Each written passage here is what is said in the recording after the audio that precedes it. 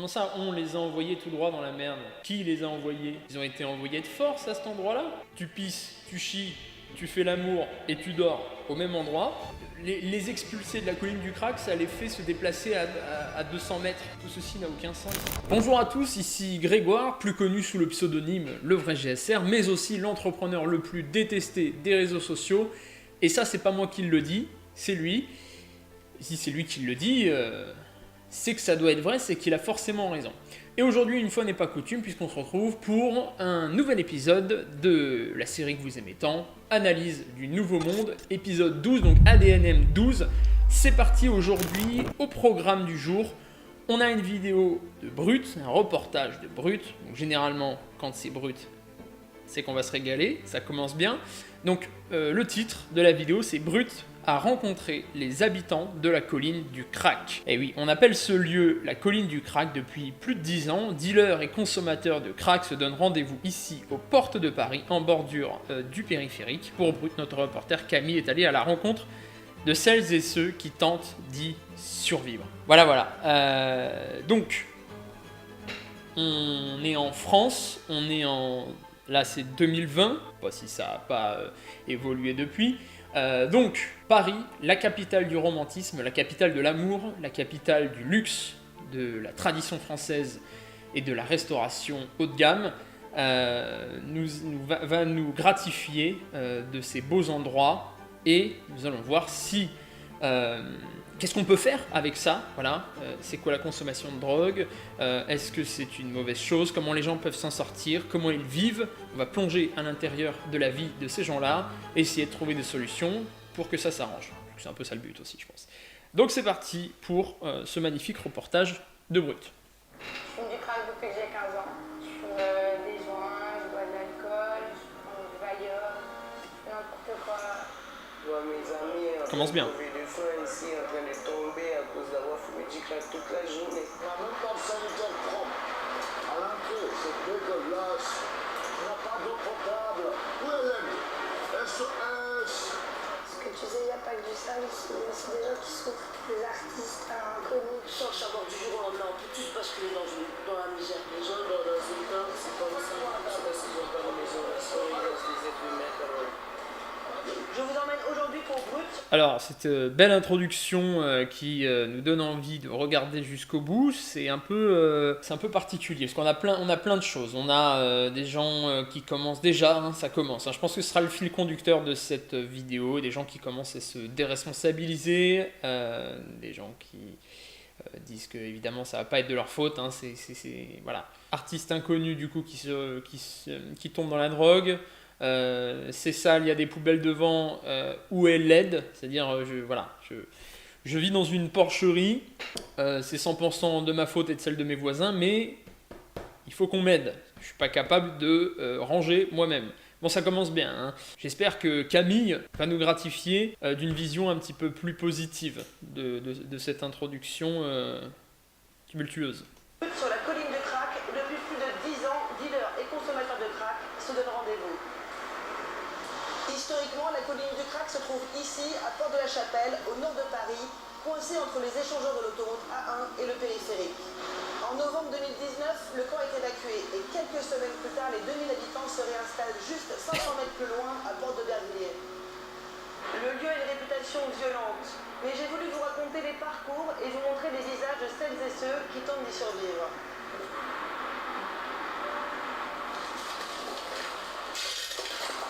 Oh là là.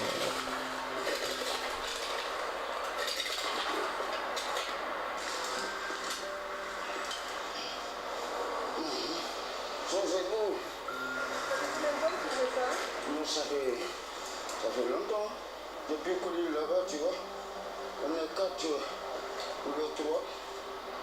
Toujours on essaie de faire le maximum. Tu vois, on n'est pas salaire, mais on fait pour nous. Voilà. Ça nous motive, quoi.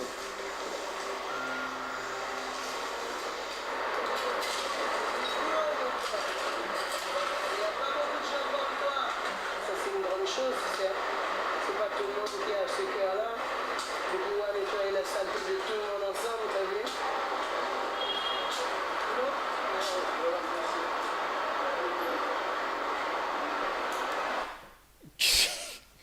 Qu'est-ce qu'elle fout là, la trottinette? Comment ils arrivent à l'allumer? J'ai beaucoup de questions qui viennent dans mon esprit. Pourquoi c'est aussi sale? Qu'est-ce que c'est que cette porcherie? Admettons que t'aimes bien fumer de la drogue. Est-ce que du coup ça te donne le droit d'être un porc et de vivre dans une porcherie? Je sais pas, c'est bizarre.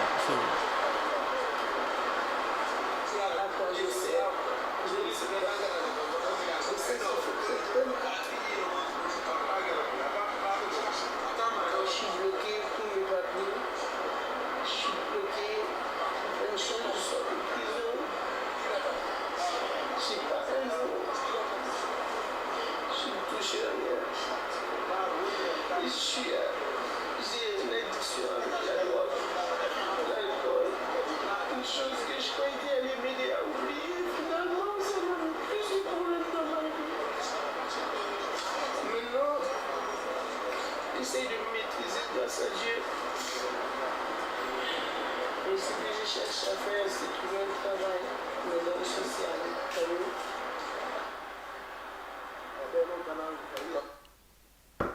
Bah si tu peux pas trouver de travail, je sais pas, tu commences en bas de l'échelle, tu proposes à des gens de faire leur ménage au black pour 10 balles, pour 15 balles, et avec les 10 balles, les 15 balles que tu récoltes, bah tu t'achètes pas de la drogue, voilà, et puis on remonte la pente tranquillement, voilà, sauf que je présume que les seules 10 balles, 15 balles qu'elle va trouver, ne serait-ce qu'en faisant, même sans travailler, elle va tout de suite les mettre dans de la drogue. Donc en fait, la boucle est bouclée, on peut rien en faire, quoi. Les immigrés sont arrivés, je les ai montrés là où il fallait mettre leur tente, en dessous le pont. On leur a cédé la place. Parce qu'on avait pitié, on avait mal pour eux. Et maintenant, eux-mêmes, ils commencent à devenir toxicomanes aussi. Parce qu'on les a envoyés tout droit dans la merde. C'est pour sortir dans son... Comment ça, on les a envoyés tout droit dans la merde? Qui les a envoyés? Ils ont été envoyés de force à cet endroit-là? Non, parce que je pose la question. Moi, comme je suis un peu con, je me pose des questions. Ces vidéos-là n'ont pas pour but de critiquer quoi que ce soit, de dénoncer. C'est juste pour poser des questions, pour réfléchir. On les a, elle dit, les autres migrants, on les a accueillis ici parce qu'on les a envoyés dans la merde. Mais qui les a poussés à partir? Qui les a forcés à venir ici? Qui les a poussés à fumer, à se droguer? Qui? Devenir drogués comme ça, c'est malheureux. Les migrants dont parle Myrlène, ils ont été évacués de tous les camps au nord de Paris. C'est comme ça qu'ils se sont retrouvés ensuite sur la colline du Crac.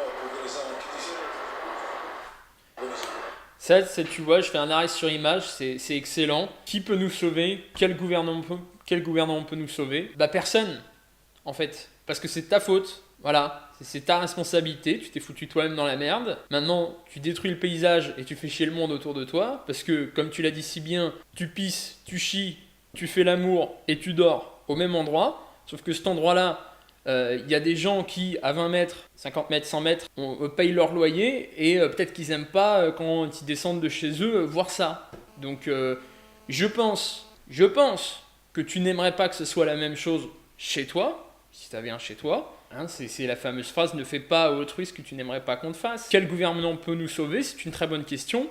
Aucun. Parce que c'est pas la faute du gouvernement français si tu es dans cette situation-là. Ni la faute des gens qui n'aimeraient pas que tu sois en bas de chez eux. C'est pas de leur faute. Hein. C'est-à-dire qu'eux, ils étaient là, ils étaient en train de vivre, ils ont payé un loyer, ils ont payé un appart, ils vont au boulot, ils rentrent, et toi tu vis dans ton caca, et c'est pas de leur faute à eux, parce que eux, en fait, ils viennent pas pisser et chier devant chez toi. Eh bien, des endroits pour que les gens quittent ce lieu, il y en a déjà. Sauf qu'en fait, à chaque fois qu'on en construit avec l'argent des Français qui travaillent, donc on va ponctionner de l'argent dans les poches de ceux qui travaillent pour construire des endroits pour toi, et à chaque fois, ces endroits sont saccagés. La roue tourne à tourner, comme on dit. Hein. C'est-à-dire que cet endroit-là, qui est dégueulasse, qui pue, si on t'en construit un plus joli, tu vas rendre l'endroit plus joli, dégueulasse et puant. Donc à un moment donné, on va peut-être arrêter d'en construire. Ou alors on le fait avec des fonds privés. Ça, c'est toujours le même combat. Hein. Si c'est fait avec des fonds privés, si quelqu'un veut s'endetter auprès des banques pour construire ce genre de projet, et qui prend la responsabilité, qui prend les risques lui-même d'endosser le fait que ça devienne mal fréquenté et que ce soit pas rentable, par exemple. Bah, tant mieux, très bien, s'il y a des gens qui ont un grand cœur sur cette planète et qui veulent le faire. Mais en plus, c'est beau, ça a un bon fond. Mais pourquoi ça devrait être fait avec de l'argent public? Qu'est-ce que les gens qui regardent cette vidéo ont comme responsabilité de cette situation? Pourquoi on devrait payer pour ça? Moussa, je vais te voir bon pas là, tu peux m'arranger un petit truc à fumer là, j'arrive. On peut chuter. Non, tu vas bosser. On peut chuter sans le savoir du jour au lendemain, on peut tous basculer dans la misère. Les gens ils se voilent la face, chez eux ils se chutent aux médicaments, à l'alcool, les jeunes ils se chutent au shit, à la cocaïne. C'est aussi des addictions, c'est aussi de la drogue, et c'est pas pour autant qu'ils n'arrivent pas à assurer à l'école, au boulot ou dans leur vie de famille, et ben on est pareil. Bon, des propos incohérents de la part de quelqu'un qui fume du crack, ça m'étonne pas. Mais là, c'est un peu incohérent. C'est-à-dire, ouais, tout le monde fume du shit, tout le monde fume de la coke. Non, c'est pas vrai. Il y a des gens, qui se lèvent le matin, qui sont honnêtes, qui vont au boulot, qui prennent pas de drogue et qui boivent pas d'alcool. Ça existe aussi. Et ces gens-là, bah, ils ont un travail et du coup, ils vivent pas dans l'endroit où ils font caca. Voilà. Crack, en fait, on l'appelle la drogue du pauvre. C'est un dérivé très bas de gamme de la cocaïne, mélangé avec du bicarbonate de soude et de l'ammoniac. Sur la nouvelle colline, j'ai rencontré Laurie, une jeune belge de 19 ans qui est devenue accro au crack très jeune. Mais allez, réveille-toi, ouais. Et ça, c'est la France au XXIe siècle. On est en France, hein. Là, on n'est pas au fin fond d'un pays du tiers-monde. Quoique, si on veut construire d'autres endroits pour accueillir d'autres gens qui fument du crack, ça risque de se transformer en ça, de plus en plus de quartiers risquent de se transformer en ça, oui, effectivement. Et si on ne fait que tendre vers le bas, faire du nivellement par le bas, c'est-à-dire essayer tant bien que mal de mettre de l'argent public pour que ces gens-là aillent mieux, et non pas pour que les gens qui sont dans la classe moyenne, qui ont des difficultés à joindre les deux bouts avec l'inflation, etc., puissent mieux s'en sortir, en fait, le nivellement par le bas, ça cause toujours un truc médiocre. Hein. Ça n'existe pas un nivellement par le bas ou quelque chose d'exceptionnel. Quand on favorise les gens qui s'en sortent le moins, les gens qui s'en sortent le mieux, on les tire vers le bas. Hein. Plutôt que avoir un discours comme le mien, qui encore une fois, je suis le plus grand connard de l'internet, hein, moi quand je dis ça, on tire les gens vers le haut. C'est-à-dire, quand on voit ça, il y a deux réactions, c'est « Oh les pauvres, c'est pas de leur faute, et puis il faut arrêter de les stigmatiser ». Ça s'appelle du nivellement par le bas. Sauf que moi, quand j'arrive et que je leur dis « Vous êtes des cons, arrêtez de vous pisser dessus et arrêtez de fumer cette merde », c'est les aider en fait, c'est les aider à aller mieux. Donc je sais pas qui est le connard sur internet quand j'essaye de dire aux gens il y a des solutions pour que vous allez mieux. Parce que leur filer des sous, les subventionner, ça leur permet juste d'acheter de la drogue encore et encore. Allez, regarde tes cadeaux, wesh. Je fais des cadeaux sur le prix de la vie de ma race, je vais voler, wesh. Regarde, tout neuf, wesh. Mais pas. Wesh, la vie de ma race. Non, ils m'en veulent pas, s'ils me voient.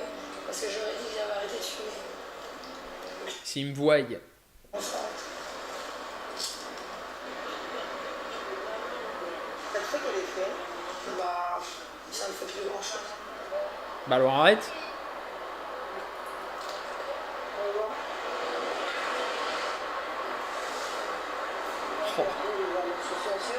Oh le mélange alcool-drogue. Ça connaît depuis que j'ai 15 ans. Ça fait 4 ans que je fume du crack. Et à peu près 3 ans et demi que je suis là, mais de temps en temps je retourne chez ma mère et tout, mais là je suis à 24. Oui, c'est ma petite soeur, c'est ma fille. Normalement, j'aimerais pas qu'à mon âge, elle se retrouve ici. encore un peu. Malheureusement, je n'ai pas les moyens de pouvoir agir comme il faudrait pour ce genre de jeunes filles qui gâchent leur vie ici. Ce que tu sais, il n'y a pas que du sale ici, il y a aussi des gens qui souffrent, des artistes inconnus, des gens juste perdus, je crois, qui cherchent juste à être retrouvés.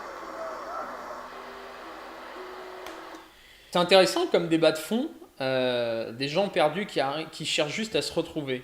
Ça, c'est beau, c'est philosophique. Mais en fait, on peut, quand on est perdu, se retrouver de manière intrinsèque, par le développement personnel, par le fait justement de reprendre sa vie en main, d'avoir une meilleure carrière, d'avoir des meilleurs revenus, de lire des livres, d'avoir plus de connaissances, d'avoir de meilleures relations sociales, de ne pas être dépendant à de la merde comme ça, parce que justement, en ayant un focus sur le développement personnel interne, avec des choses qui sont internes à nous, et non pas externes comme de la prise de stupéfiants, on ne peut que aller vers le haut, parce que quand on prend quelque chose d'externe pour faire en sorte que ça aille mieux pour nous, c'est pas naturel. Donc les amis, pareil, si vous êtes pas forcément dans cette situation, sinon vous ne regarderez pas cette vidéo YouTube, mais si vous êtes dans une situation où vous êtes perdu, vous ne savez pas comment vous en sortir, vous êtes dans une déprime, ça va pas, c'est la merde. Ne cherchez pas à avoir quelque chose d'externe pour vous aider. On ne prend pas un médicament, on ne prend pas de la drogue, on ne prend pas de l'alcool pour essayer d'oublier ses problèmes. Ça ne fait que les empirer, le cerveau il ne fonctionne pas comme ça.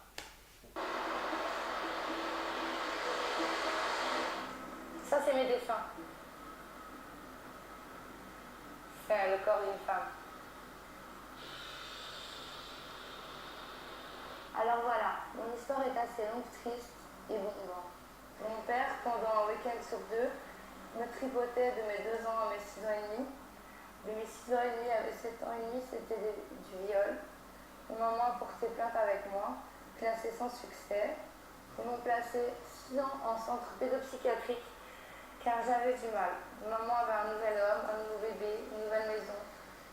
Génial. Après, à 13 ans, je suis venue dormir avec des peines cachées, un archive, qui m'ont emmené et fait goûter le fameux crack, le fameux porc de la Chapelle. Moi, quand je fume parfois, je peux voir ma grand-mère. Elle ne me supplie de pas aller vers la lumière d'où elle vient.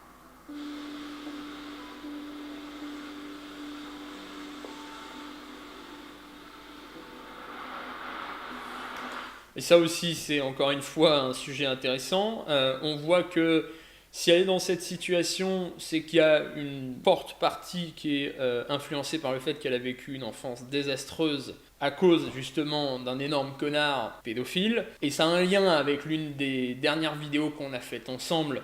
Je crois que c'était l'analyse du Nouveau Monde numéro 10, où on voyait un reportage de Combini dans un centre d'appel pour aider les pédophiles à s'en sortir et à ne pas passer à l'acte. En fait, si on avait castré ou tué les pédophiles, ça ne serait pas arrivé, cette dame-là ne serait pas retrouvée à la colline du crack. Donc voilà, le serpent qui se mord la queue, on en est là, quoi. Il y a des solutions, il existe des solutions.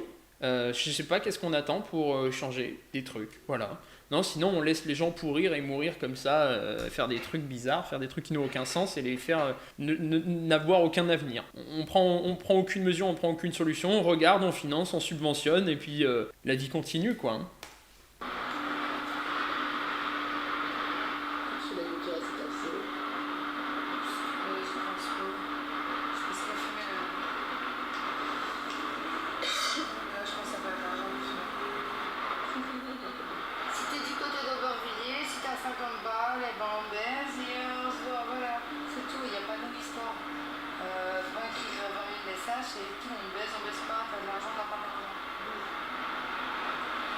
Pragmatisme. Ah, désolé, il faut être clair. C'est